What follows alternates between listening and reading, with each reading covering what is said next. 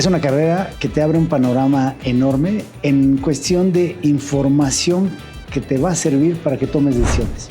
Una materia de contaduría pues te va a permitir a tener un poquito más de entendimiento para que tú puedas tomar una serie de decisiones. Inició la compra de la piel a, no sé, por $5 y termina en un producto que vale muchísimo más. $5,000. Pero pasó por 8 compañías que tuvieron que irlo transformando. Y que le generaron valor. Esas publicidades globales que tú ves en un país, un comercial de una refresquera, y lo puedes ver en el otro país, es igual. ¿Dónde queda? ¿Quién lo produce? ¿Cómo lo hace?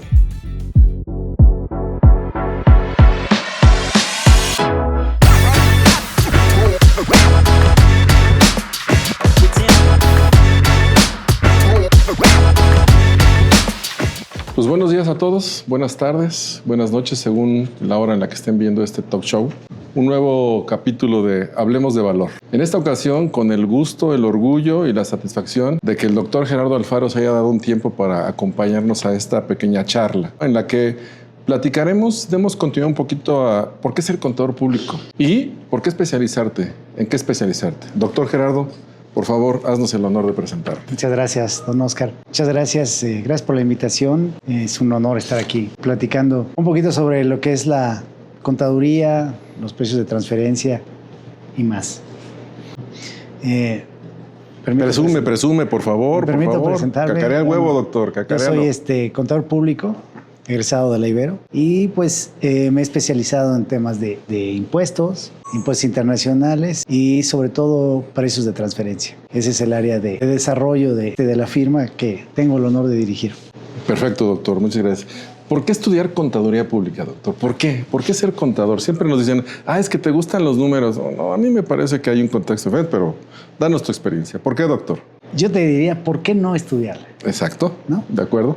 Es una carrera que te abre un panorama enorme en cuestión de información que te va a servir para que tomes decisiones. Finalmente, todas las carreras, o la mayoría de las carreras que se estudian hoy por hoy, por lo menos tienen una materia de contaduría. ¿Para qué? Pues para que sepas... Afortunadamente, doctor, porque en nuestra época no había... Bueno, y era el pleito con los administradores, ¿te acuerdas? ¿No? Claro. El asunto es que todo el mundo sepa por lo menos lo básico para entender información financiera. Y yo te diría y complementaría si vas a hacer un negocio, que sepas que hay un ingreso, que hay un costo, que hay un gasto. Correcto. Y que sepas cómo puedes llegar a tener una utilidad importante, ¿no? Y que sepas también las métricas que te da la contabilidad te van a permitir saber si llevas un buen negocio o no. Absolutamente. Eso es importantísimo en cualquier carrera. Y fíjate que ahorita que bien lo mencionas, con mis hijos, ¿no? Y mi hijo Patricio, que aquí está, que él está empezando a facturar y a entender esto, bueno, pues es sumamente importante.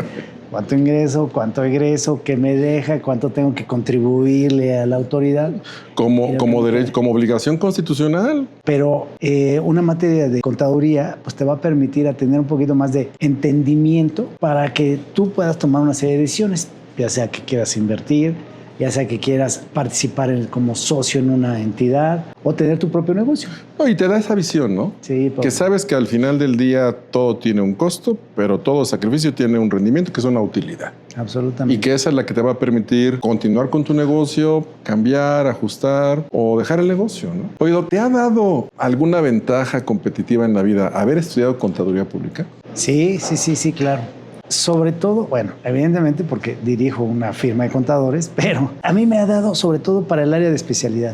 En temas de precios de transferencia, yo veo una gran diferencia con otras profesiones que también se están desarrollando, porque el análisis financiero que ahí se necesita es así. La diferencia con un economista o con un ingeniero o con abogados que están metidos. O sea, el análisis que uno ya tiene de saber si está apalancado, si no está apalancado, las cuentas por cobrar, cuántas vueltas da, cómo te sensibilizas al ver simplemente el estado financiero y decir, no, esta empresa tiene un pasivo muy grande, pero debido a, te puedes sensibilizar y entender mucho más que otras profesiones que no tienen esa sensibilidad. Entonces yo diría, a mí sí me ha dado una gran ventaja competitiva ser contador público. Yo coincido contigo y tú te fuiste mucho ahorita muy técnico al tema de precios de transferencia que me parece que sí, pero yo te diría inclusive en el entendimiento de otras cosas, ¿no? Hace rato comentabas que una de tus especializaciones es impuestos, lo fiscal, tanto nacional como internacional. Al final del día, el cargo y el abono es universal. Fray Luca de Pacioli, el monje franciscano, no se equivocó en crear la partida doble. Entradas, salidas, cargo, abono, ingreso, gasto, importación, exportación, déjame ahondar. Entonces, el que tú como profesionista, como contador público, tengas esa base, es una gran ventaja. Porque eso, de alguna manera, te da el entendimiento y la base de que siempre va a haber una diferencia entre lo que entró y salió. Entre el traspaso. También, como ley de la física, la materia no se destruye, solo se transforma. Hiciste un cargo, ¿qué cargaste? Dinero. ¿Abonaste qué? Mercancía, compré. Es un simplemente traspaso de cosas, ¿no? Y eso nos da una ventaja muy, muy grande, ¿no? ¿Y por qué especializarte en precios de transferencia? Bueno, tu cara fue un poco reflexiva. Es que me voy a remontar a 1995. En la especialidad del ITAM Harvard, muchos colegas que salieron de ahí, fue la primera vez que yo escuché hablar de precios de transferencia. Y se me hizo una cosa así como que realmente espectacular, ¿no? El tratar de entender cuál es la razón por la cual yo tengo que tener un precio, un margen de utilidad entre las transacciones que hago con mis partes relacionadas. En aquellos años sí fue como que descubrí algo maravilloso. Y pasaron 5 años para poder empezar a desarrollar el tema aquí en México. Y esa especialización de precios de transferencia, yo pienso que es una suma haber estudiado contaduría. Hoy por hoy, todas las transacciones, ya no globalización que está sucediendo, okay, ¿no? A pesar de eso, las compañías que andan alrededor del mundo, pues en realidad son compañías de grupos. Y los grupos, todas sus transacciones son entre partes relacionadas, o gran parte. El identificar dónde va a quedar la utilidad y a qué país le va a corresponder el impuesto, pues se me parece, o a mí me parece, un área de oportunidad para el análisis, además de cada uno de los países en cada una de las compañías. Ahí tocas temas de justicia, de inequidad, de doble tributación, y eso enriquece el análisis, pero ¿en dónde te quedas, no? O sea, realmente para hacer un estudio de precios de transferencia no te limitas a los estados financieros. No. Es un elemento de la ecuación que hace que esto sea una especialización. Absolutamente. Y perdónenme los auditores, pero en esta área, en realidad, sí conoces el teje y maneje al 100%. Bueno, debes. Bueno, estoy presumiendo que todas las compañías van a aportar su información para que pueda conocerlo. Pero es increíble. Por ejemplo, tuvimos una serie de clientes europeos que producen artículos de lujo y cómo empieza desde la compra de la piel con sus compañías que están en África y cómo se van transformando esa piel por diversos países y cómo llega hasta la venta final o al último eslabón, que es la distribuidora global que le va a dar a diversos países. Que lo pone en el mostrador para consumidor final. Pero todo ese proceso, cuando tú te das cuenta del know-how que tienen, que sí en realidad lo tienen, cuando uno pueda decir, oye, o esos zapatos o esa bolsa de lujo, ¿por qué vale lo que vale? Todo el proceso es increíble, cómo va transformándose y cómo van varios elementos que las compañías partes relacionadas van aportando. Entonces, tú en realidad dices, inició la compra de la piel a, no sé, por $5 y termina en un producto que vale muchísimo más, $5,000. Pero pasó por 8 compañías que tuvieron que irlo transformando. Y que le generaron valor. A eso iba. Cada una va dejando su valor. Y ese valor es el que nosotros tenemos que darnos cuenta, porque uno de los valores o el valor más grande viene a ser el intangible. Claro. Porque no va a ser lo mismo que esa bolsa tenga una marca reconocida en el mundo a una marca no reconocida. Si no, no habría la venta. Es como decir, aquí está este producto de marca premium en la esquina de Mazarik, pero la marca es otra, pero siguió el mismo proceso. Totalmente. Entonces, ¿cuánto vale? ¿La marca le está dando el valor a la prenda, doctor? ¿Podríamos llegar a eso? Así es. Y con las serie de reformas que ha llevado a cabo la OCDE, también, ¿no? Cada una tuvo su proceso y esa generación de valor, y ahí se debe de quedar esa utilidad. No la tienes que ir transfiriendo a un lugar, ¿no? Entonces entra el análisis de precios de transferencia para ver hacia dónde se están llevando eso. Entonces aquí la pregunta sería, doctor, si ya hablamos que esto fue por el 95, los antecedentes, en donde surgen los precios por una necesidad tal vez de control y de regulación global, la pregunta sería, ¿para qué sirven los precios de transferencia? ¿Para ser justos? ¿Para tener el pago de impuestos en los países que les corresponde al generar valor, o inclusive para que en tus transacciones entre tus empresas las manejes al mismo valor que partes no relacionadas y el mercado sea más competitivo. ¿Para qué serviría? Yo pienso que sirve para la planeación que desarrollan los grandes corporativos, la planeación financiera, la planeación fiscal, es para que en realidad sepan a dónde se está generando la mayor utilidad, porque no esté subsidiada por otras compañías.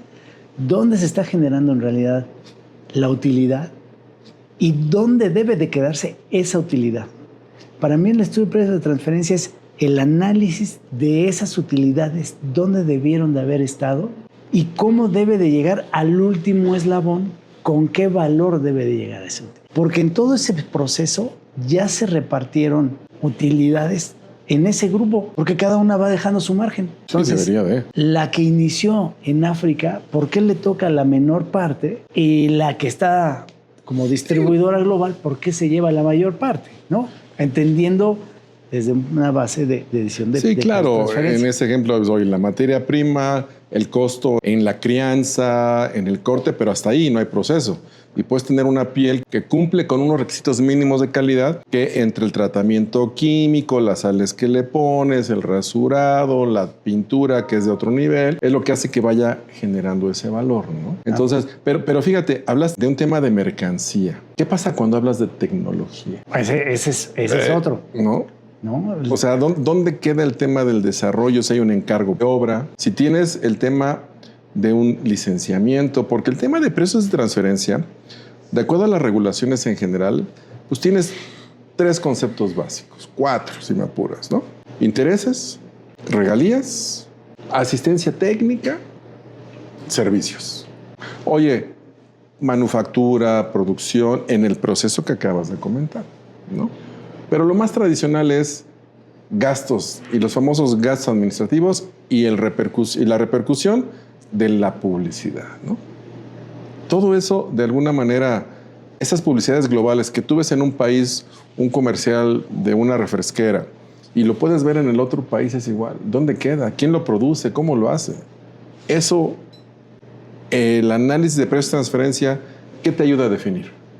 Bueno, te va a ayudar desde el inicio quién lo realizó y cuántas horas le metieron. O sea, tienes que llegar hasta ese momento para determinar el valor primero de su origen, de la producción de ese comercial. Ahí partes.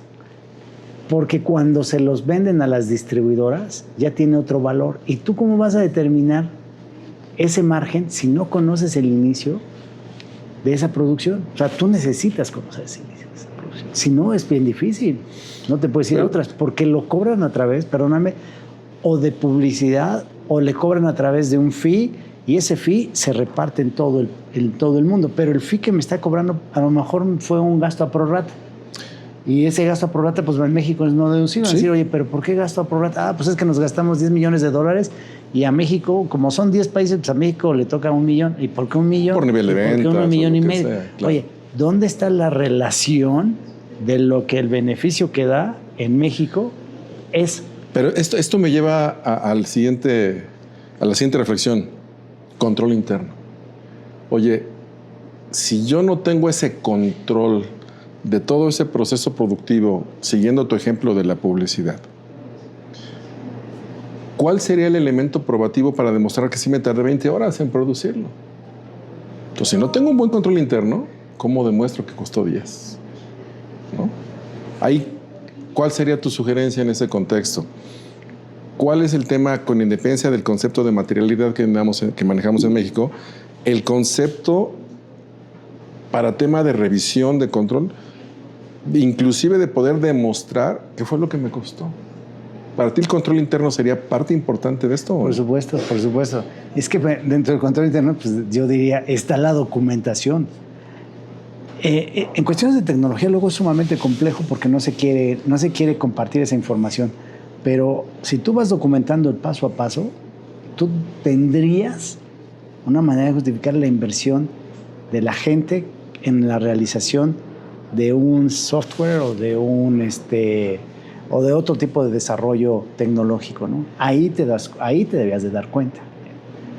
Y tú lo dijiste hace ratito, el problema es el conocimiento de esa información, pero el control interno te debía de dar, o sea, esos parámetros, ¿no? Si lo tuvieran las compañías o si les interesara. Bueno, si lo hubiera, si lo tuviera. Y en la realidad, ¿cuál es el caso más complicado, más complejo que te ha tocado ver en esta especialización de precios de transferencia? Bueno, no tengo uno, tengo muchos, muchísimos. Hay casos que pudieran ser muy simples y muy sencillos cuando tú estás analizando un software que tiene un beneficio a las aerolíneas,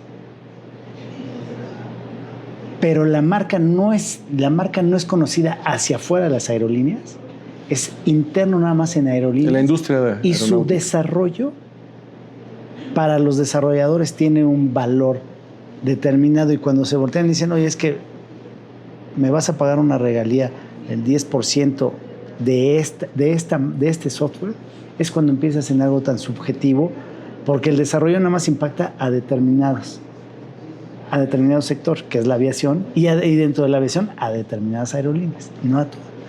¿Cuánto vale ese software para que tú puedas impactarlo a los demás? Ese análisis es muy complejo porque además tienes registrada una marca en un país y tienes una patente en otro país, entonces se vuelve complicado porque cada país quiere lo suyo. Entonces es distinto y nos ha costado, por ejemplo, en esos casos, muchísimo trabajo.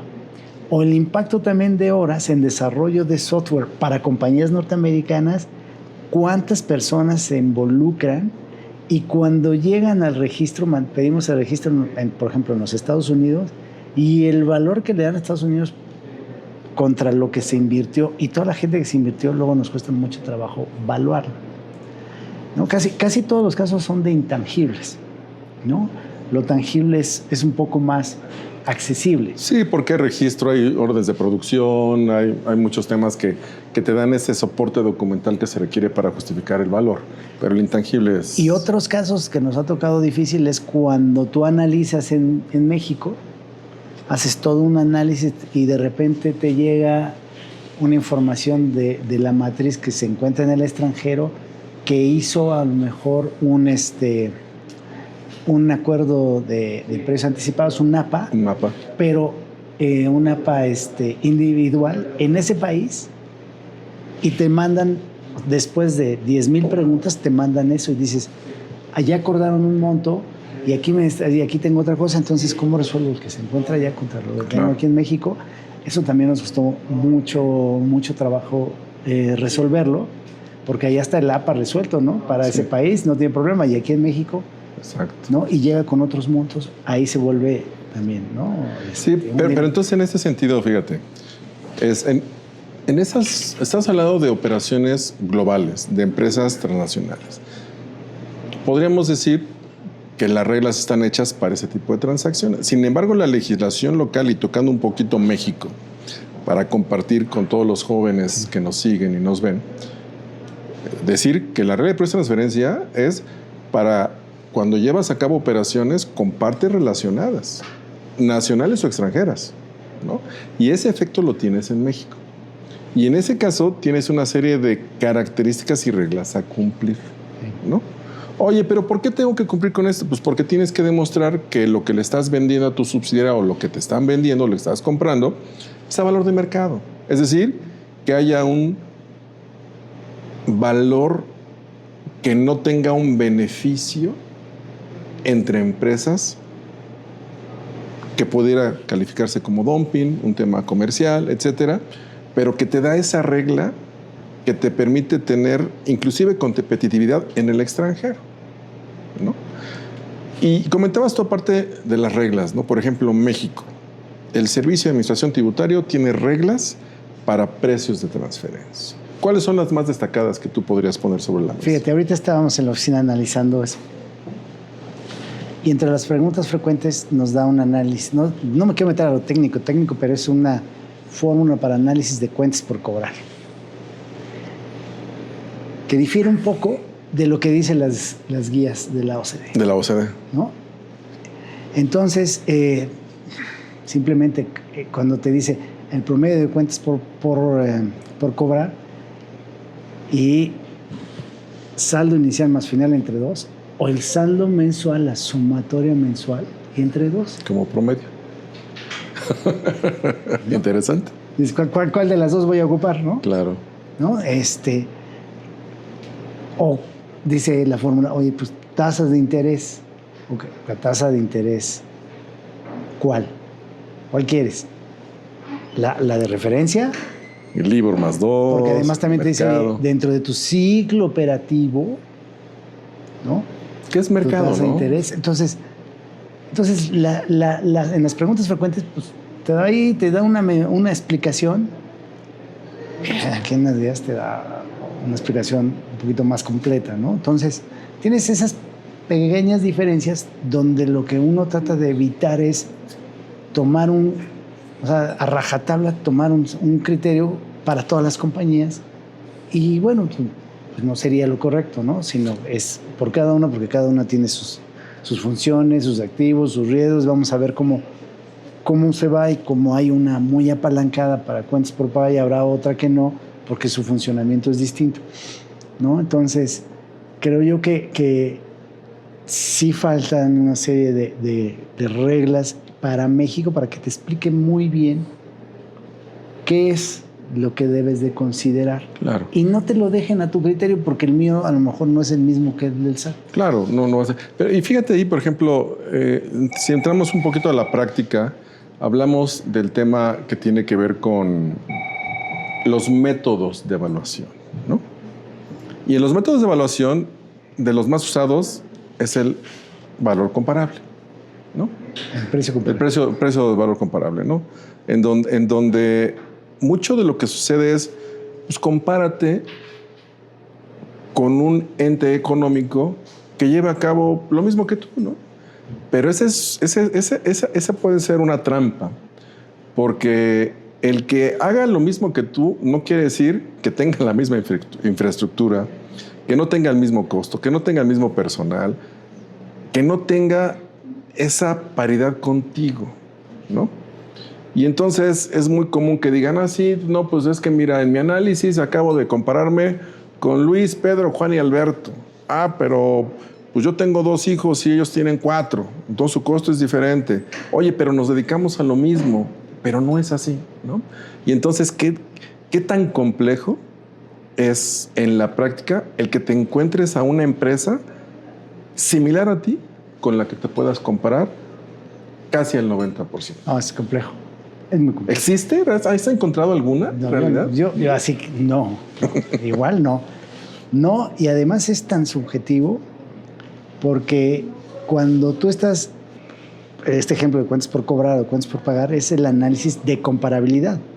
Entonces, si las comparables tienen rotaciones mayores, ¿no?, que la mía, eso ya se vuelve por ejemplo, si yo tengo, no sé, 2 veces o 3 veces mis cuentas por cobrar para recuperar, y mis comparables me están dando 6 veces, eso ya quiere decir que tengo que hacer un ajuste, ¿entiendes? Y eso se vuelve muy subjetivo, porque a lo mejor hay gente que diga, bueno, de 3 a 6 no es necesario. Si llegara a 10 veces, bueno, ahí sí, pero si no, no. Ese tipo de criterios, cada firma los va estableciendo. Y no quiere decir que estén mal. No hay un parámetro, ¿no? Eso es lo que me lleva a ese ajuste de comparabilidad. Cada una tiene el suyo. No, y no vas a encontrar 100%. No, y de hecho, al día de hoy hay muchas empresas globales, y nacionales y extranjeras, que lo que están haciendo es establecer sus propios márgenes, ¿no? Uh-huh. En donde a través del análisis de los valores de mercado, lo que dicen, este es el valor transaccional que yo debo tener entre mis partes relacionadas, ¿no? Sí, una política de precios. Y una política de precios, que eso se ha puesto muy de moda, pero que aparte ha dado la pauta a la autoridad para otras cosas, ¿no? Porque, por ejemplo, a últimas fechas, y tú lo sabes, hemos visto varios casos de ellos en donde de repente es, oye, ese costo que le estás metiendo a México por esa actividad, como no le genera valor agregado al producto o al servicio, no forma parte del cost plus para precios de transferencia. Oye, pero ¿por qué si sí tengo el costo? Sí, pero ¿en dónde ejecutas? Ah, es que el servicio lo presta una compañía o maneja el software que está fuera de México. Entonces no hay valor agregado en México. El hecho de que lo pagues, que el dinero salga para cubrir ese costo, no quiere decir que tenga valor en México. Y entonces, no obstante que tu flujo se genera, no es una deducción para precios de transferencia. Luego entonces, el ingreso es menor. ¿Y dónde quedó la bolita? Como decías, ¿no? En ese sentido, ¿has tenido ya algún caso en donde la autoridad te haya dicho sí camina, no camino porque te estás llevando la utilidad? Ya en algunos casos, ya la autoridad va a diferir, porque acuérdate que la autoridad va a llegar a replicar lo que tú hiciste de entrada. Sí. Nada más que cuando lo replica, pues no lo replica igual que tú. Porque ¿no? los criterios son diferentes. Entonces claro. ya de ahí va a venir una diferencia, ¿no?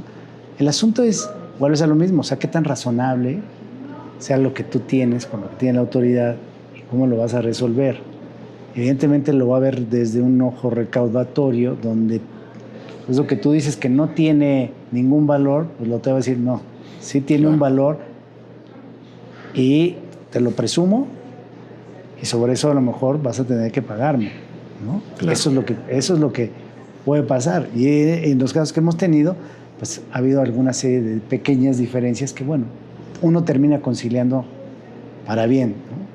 Y es un poco los casos que llevamos en juicio donde, bueno, ahí la conciliación pues ya no la haces con la autoridad, lo vas a tener que hacer en un tribunal, que también es porque no le parece tu metodología, cómo la llevaste a cabo, no le parecieron tus comparables, ¿no? Claro.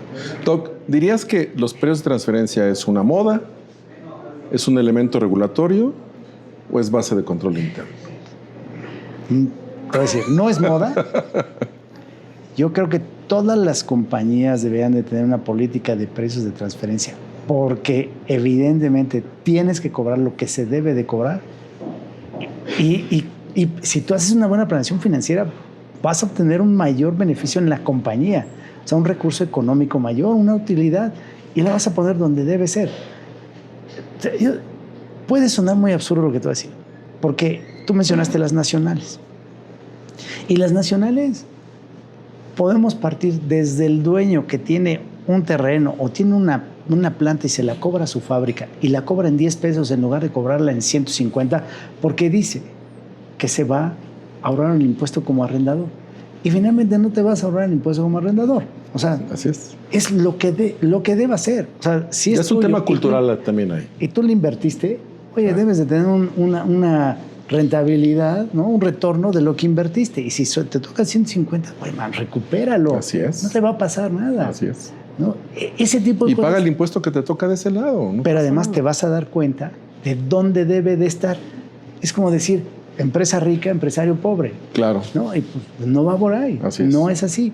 Entonces, yo creo que te abre los ojos para que te desarrolles como empresario y desarrolles tus compañías como debe ser. Por eso no creo yo creo que se llegó para quedarse. Sí. Muchos años. El control interno es una herramienta más. Que se suma.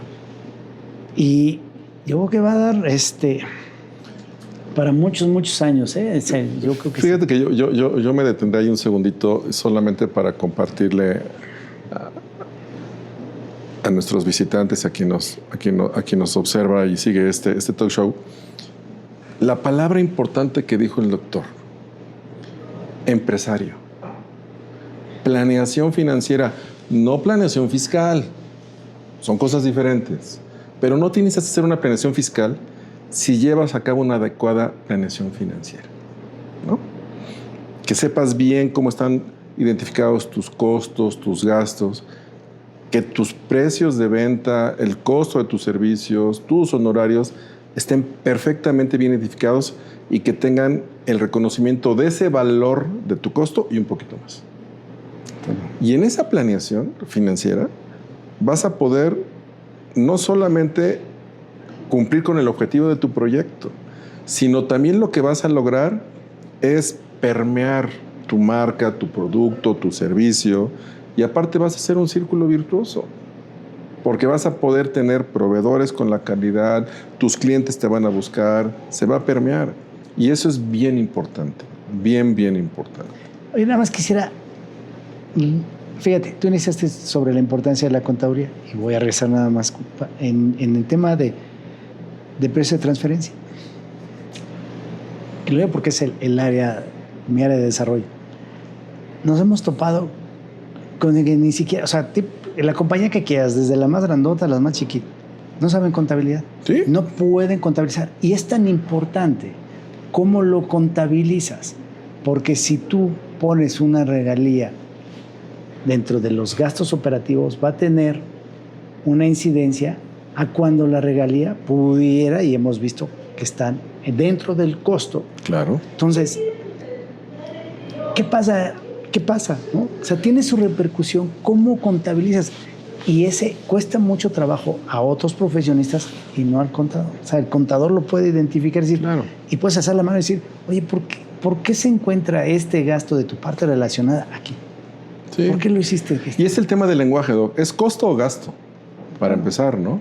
Oye, ¿y mi utilidad marginal qué es eso? No, pues ¿cómo que qué es? O sea, el RIF está hasta el final, otros gastos, etcétera.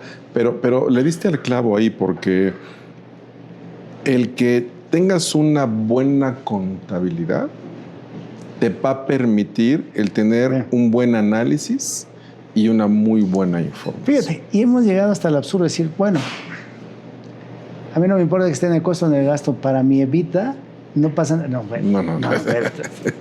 Así. Ese es un error. Y así no lo han Y es un error dicho de ego, en mi opinión. contralores, CFOs, o sea, no, evidentemente el contador general, pero no es así. No va así la cuestión para el tema de precios de transferencia. Entonces, pues la contabilidad es una gran herramienta de desarrollo en todas las compañías, donde uno tiene que aprender a leer, tiene que saber exactamente qué es lo que me está diciendo esa foto de la compañía para mi toma de decisiones, para temas de precios de transferencia y para lo que quieras. Sí, el tema de negocio de la empresa. Entonces es importante. Por eso regreso a la pregunta de qué tan importante es. Y Doc, pues simplemente que nos compartas qué ha resultado de toda tu experiencia en tema de precios de transferencia. Pues tengo el gusto de venir a presentar por primera vez el libro de precios de transferencia en Iberoamérica, que fue realizado por la Comisión de Precios de Transferencia de la Región Centro del Instituto Mexicano de Contadores Públicos, donde yo tengo el honor de presidir. Y nos llevamos un tiempo en el desarrollo de este libro, que pensando en cómo hacer o qué hacer del libro, qué tipo de libro ofrecer, pues necesitábamos un libro que nos diera una visión actualizada de distintos países. Hoy por una de tus preguntas, o sea, ¿cómo se está desarrollando en todo el mundo? Pues en todo el mundo se están desarrollando los precios de transferencia. Y empezamos el libro con un poquito de introducción sobre México, el desarrollo evidentemente en México, y de ahí vamos a partir a países como Brasil, ¿no? España, Colombia, y desarrollan lo que son los precios de transferencia en cada uno de estos países, ¿no? Y no me gustaría ir uno por uno, pero todos los que participaron en este libro, que es toda la comisión y la Asociación Iberoamericana de Precios de Transferencia, pues vengo a presentárselos a que lo adquieran en la librería del Instituto Mexicano de Contadores Públicos y en todos los colegios de contadores. Ya se encuentra en línea. Y este libro fue el esfuerzo de algunos años de trabajo, de investigación, y que hoy tengo el gusto de venir a regalarme y autografiar. Por favor, doctor. Tómelo como una guía.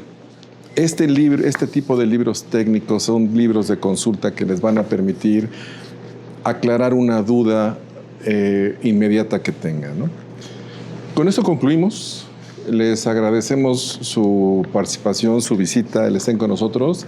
Los invitamos a que nos den comentarios y a que nos sigan para que sigan viendo que el ser contador público fue una de las mejores elecciones que pudieron tomar en su vida. Muchas gracias, hasta la próxima. Gracias.